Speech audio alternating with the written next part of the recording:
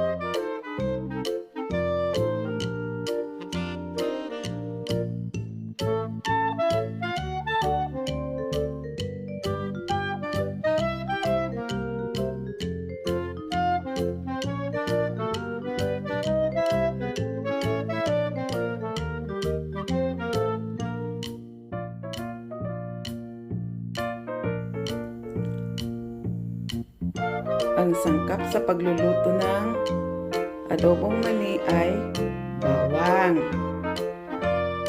Damihan natin ang bawang kasi ang bawang ay nagpapasarap na sangkap para sa adobo nating mani.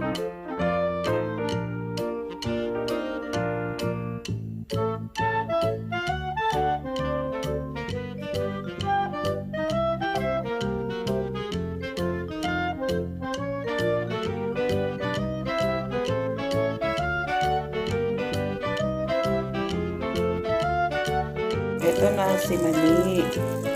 Hugasan natin mabuti at hayaan natin na nakababad sa tubig ng kahit na kalahating oras para pagka inadobo natin ay crunchy siya.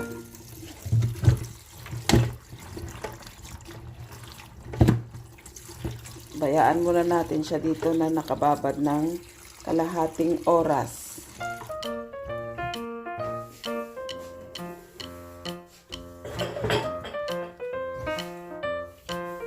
Tay paryok nga inak pagluktan ti adobo amani.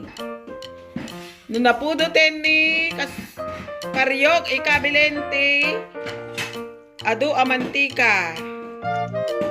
Napaglanguyan ti bawang. Paglanguyin tayo nga umuna jay bawang.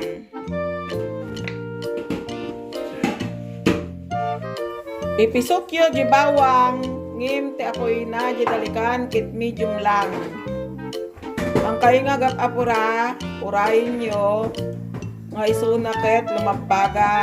Ken lumagbasit kas lapingping. Ni ading nga napintas.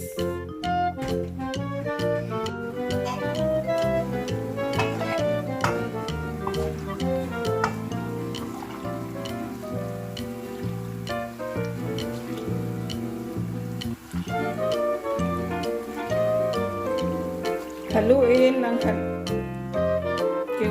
akiwaren ni bawang tapno pantay ti panakaluto nati ag sinumbangir nga pingping.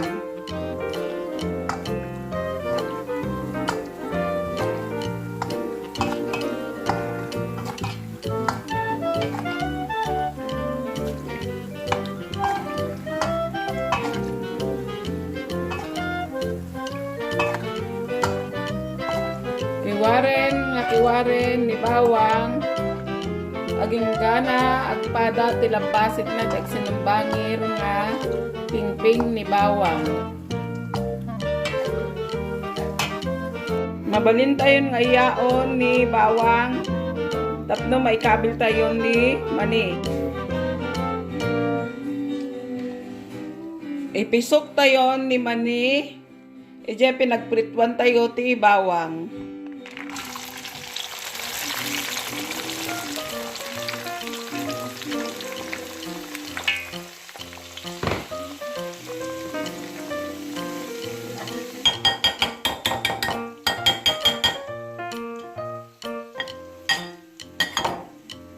Kiwarin tayo. Tapno, pada-pada nga may kanti mantika na ni mani. Satay pailaeng, ibati isuna. Tapno, maluto. Kiwarin ta ulit ni mani.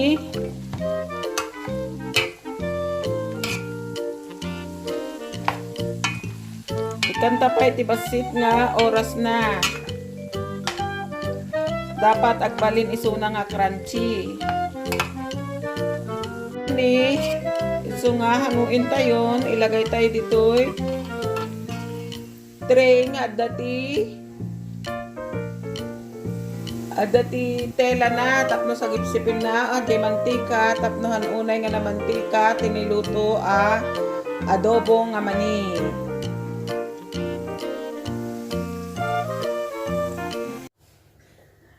Nakaluto na tayo ng mani, mga kaningning. Kaya makipagsabayan na tayong kumain din ng mani. Habang si Mister kumakain ng sariwang mani, kumain na din tayo ng adobong mani. Para lahat tayo, humaba ang buhay natin. Na hindi lang ang mga lalaki, lahat tayo. Pag kumain tayo ng 30 grams of portion ng mani sa isang araw, humahaba ang lifespan natin ng 23%. Oh, biruin niyo yan mga kaningning, 23% ang hinahaba ng buhay natin pag kumakain tayo ng mani. Kaya, kumain tayo ng mani araw-araw. Thank you so much mga kaningning sa patuloy niyong pag-click, pag-watch, pag-subscribe, pag-comment at pag-share kay Ningning ni Neneng. I love you, I love you, I love you.